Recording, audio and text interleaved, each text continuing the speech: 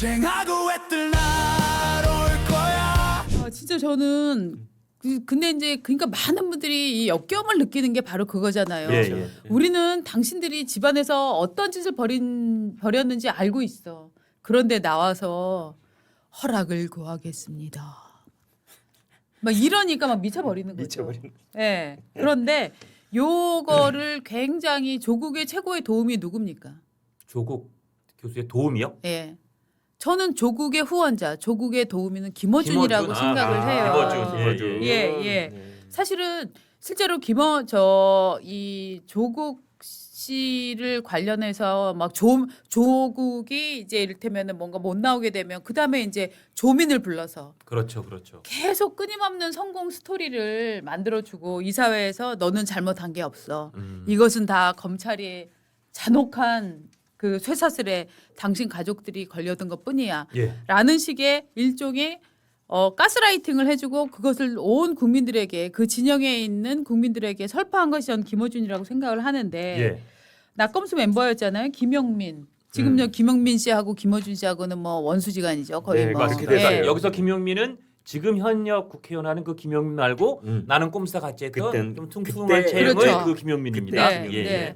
사실 김영민 씨도 설화가 굉장히 많은 사람이고 문제가 좀 많았죠. 예. 그런데 원래 뭐 이런 말 해도 되는지 모르겠는데 또라이끼리는 또 서로 뭉치지는 못해요. 또라이는 언젠가 잠깐 친하다가 또 이렇게 헤어지잖아요. 그런 것처럼 여기 있는 분들이 다 개성이 진짜 강하니까 결국 김영민, 뭐 김어준 서로 이제 안 보는 사이가 됐는데 이 김어준 방송에도 나간 걸 갖고 김영민이 해설을 했어요. 예. 자기 SNS에 올렸는데 돌이켜 보면 김어준 총수는 킹메이커를 즐겼던 사람이다. 예. 그는 2010년 노무현 재단 소식지에 신년 인터뷰어로 문재인 당시 이사장을 만났을 때 끊임없이 정치할 생각이 없느냐라는 질문을 던졌었다.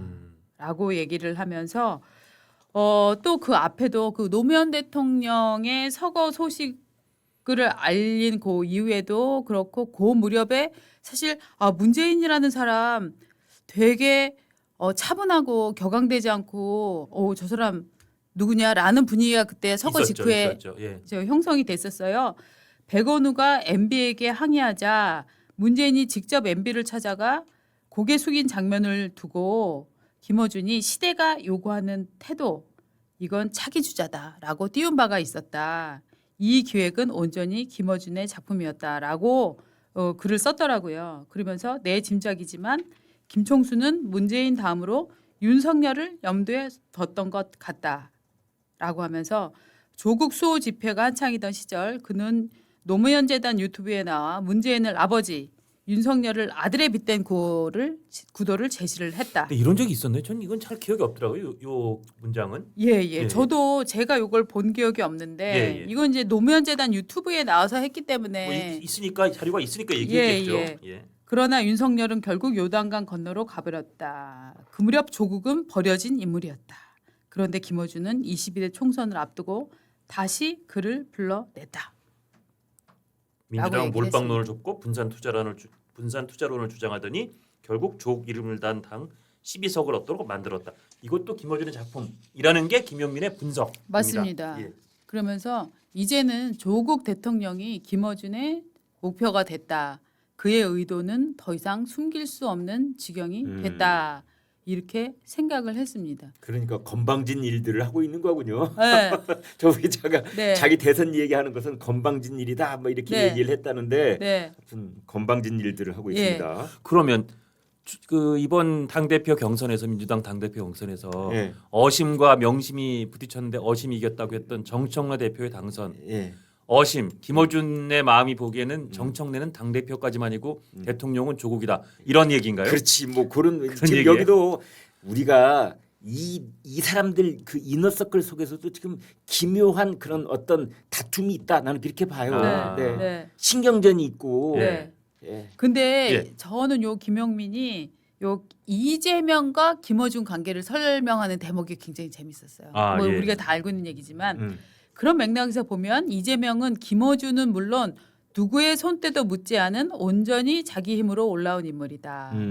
그래서 김어준은 문재인을 바탕에 두고 조국을 끼워 팔면서 억지로 킹메이커 행세를 이어가려고 했는지도 모른다. 이게 무슨 뜻이냐 하면 이재명은 조국한테 빚을 진 것도 없어요. 예. 그렇죠?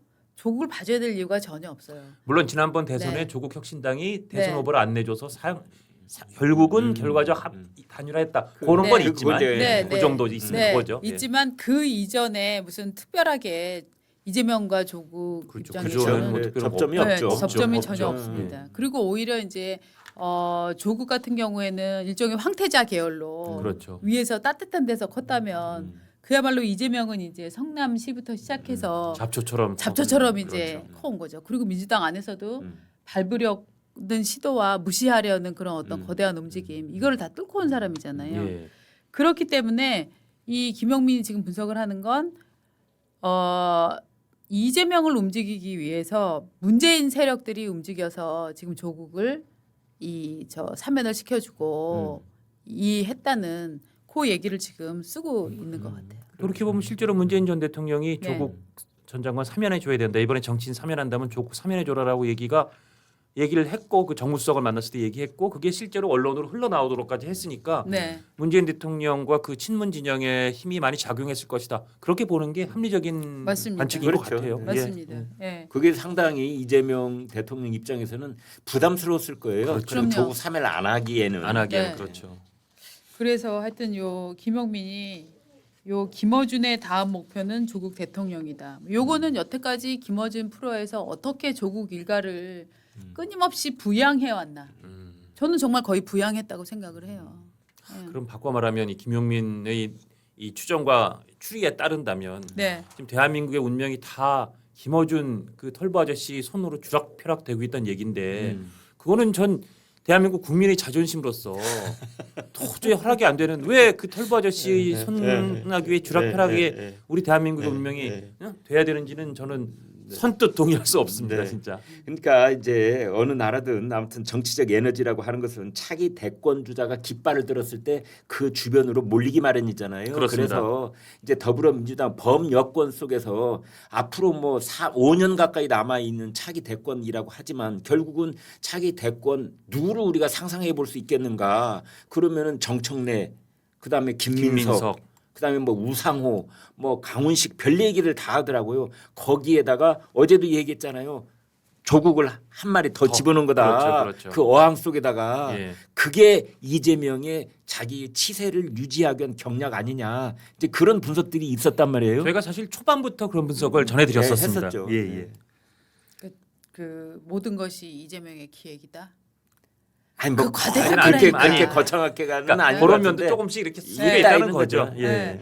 저는 그 이재명 기획론, 이재명 만물 유래설. 저는 여기는 정말 강력히 반대를 하고 제가 듣는 이제 진영 쪽의 얘기로는 실제로는 이재명 범 진보 진영, 범 좌파 진영에서 이재명을 혐오했던 사람들이 윤석열 대통령을 탄핵시키고 그 다음에 이제 새 정부가 들어오는데 가장 강력한 주자는 이재명밖에 없기에 그거를 반대하지 않고 오히려 도와줬지만 이제 저 이후에는 우리의 원래의 색을 지켜야 된다, 고유의 색을 지켜야 된다라는 일종의 저항들 있잖아요. 예. 저는 그게 굉장히 강하게 일어나고 있다고 생각합니다. 그래서 예. 바로 그 지점이에요. 그 네. 지점 때문에 조국이 지금 김어준 인터뷰를 하면서 네. 나는 이재명 건들 생각 없다. 네.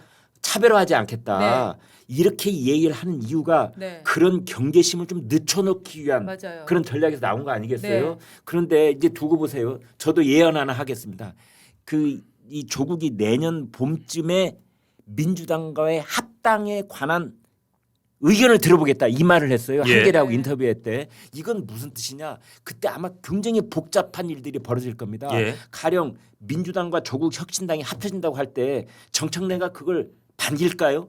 나는 그렇게 보지 않습니다. 왜냐하면 예. 조국 혁신당의 현역 의원들은 다 지금 비례대표이기 때문에 네. 만약에 합당한다 그러면 그 사람들 지역구까지도 챙겨줘야 되고 그거는 당내에서 엄청난 분란이 일어날 수 있고 그러면요. 정청래는 또 당대표로서 내년 지방선거나 총선 이럴 때 챙겨주고 싶은 자리가 있는데 네. 그 자리를 조국 혁신당한테 내줘야 한다면 네. 당연히 현역 당대표 그리고 1년짜리라 지금 지방선거에 목숨 걸어야 되는 승부를 걸어야 되는 정청래 대표 입장에서는 결코 환영할 만한 일은 아니죠. 정청래 입장에서는 자기 안방이 지금 자기가 주인인데 그러니까요. 갑자기 자기의 라이벌이 될 수도 있는 사람을 안방에 들이는 거잖아요. 맞습니다. 그래서 그때 이제 합당 얘기가 나오면 외곽에 있는 막 박지원 의원 같은 이제 원로급들은 합당해라 그래야만 우리가 정권을 재창출할 수 있는 기반이 마련되는 거야 뭐 이렇게 설득을 하겠으나 정청래를 비롯한 그 주변에 있는 지도부는 아마 절대적으로 거기 응하지 않을 것 같으면서 뭔가 여권에서 분열과 충돌과 갈등이 생기지 않을까. 그때 이제 조국이 어떻게 나오느냐를 보면은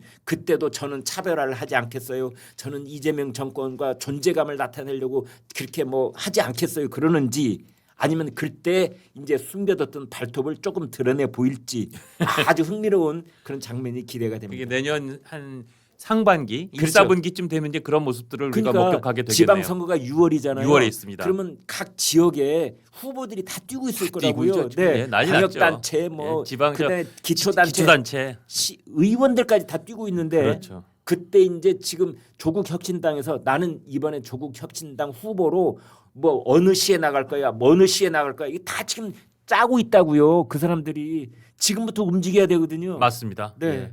그리고 지난번 4월 그 저 어디였죠? 군수 선거 하나는 민주당하고 조국 혁신당 붙었는데 조국 혁신당 이겼잖아요. 담양. 담양 그러니까. 군수 그때 민주당이 얼마나 충격받았는지 네. 몰라요. 그러니까 민주당이 네. 사실은 어제 엊그제가 뭐 DJ 돌아가신지 뭐 몇 주년 됐다고 했지만 DJ 당 이후로 사실은 문재인 대표 시절 이후는 호남에서 그렇게 아주 열렬히 환영받는 당은 사실 아니에요. 약간 애증이 겹치기 때문에 시시각각 애를 좀 보였다가 증을 보였다가 이러기 때문에 이번에도 당장 그 어제 우리가 화제로 삼았던 리얼미터 조사에서도 제 기억에 맞으면 호남에서의 민주당 지지율 대통령 국정 지지율인가가 40군가로 툭 떨어졌어요.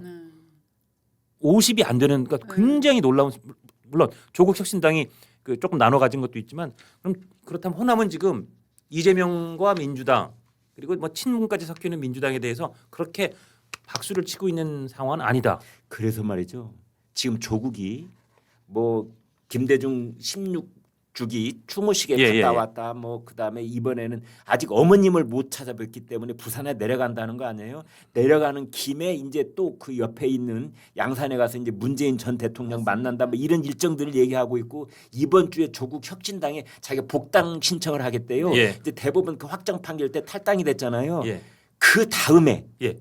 그 다음 아마도 조국이 호남 순례를 할 가능성이 있어요. 호남 순례. 예. 네. 만약 그렇게 되면 아마 민주당이 바짝 더 긴장할 겁니다. 그렇죠. 이자가 호남을 걸어가 다니기 시작하네. 예.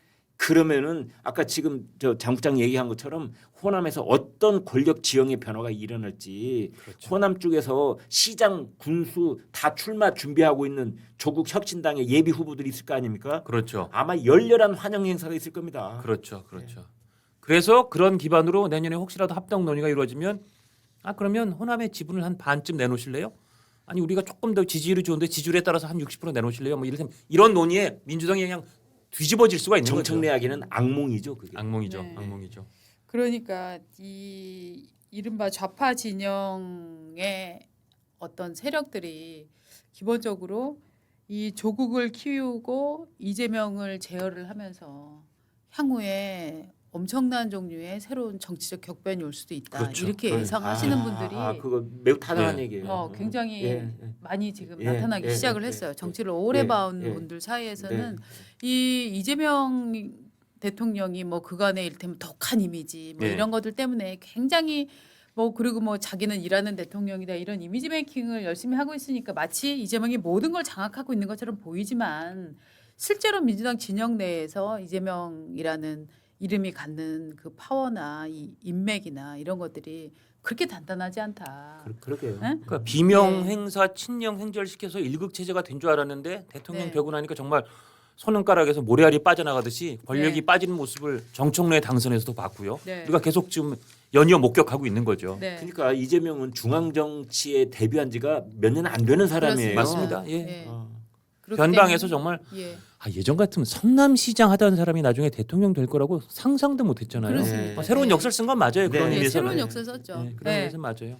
그러니까 이제 자기네 되게 이제 기자들이 이렇게 표현하잖아요. 뭐 황야의 뭐 일필랑인가 뭐 예. 그런 식으로 이제 표현을 하는데, 그러니까 정말로 이제 정말 야생 뭐 늑대처럼 뭐 이렇게 이제 야상에서 걸어 들어와서 중원을 차지했다 이런 얘기인데, 문제는 뭐냐면 중원을 원래 차지하고 있던 민주당의 기득권들이 보기에는 뭐 이런 게 있는 거죠. 사실은 윤석열 대통령의 경우에도 보수 기득권들이 보기에는 보수랑 결이 맞나?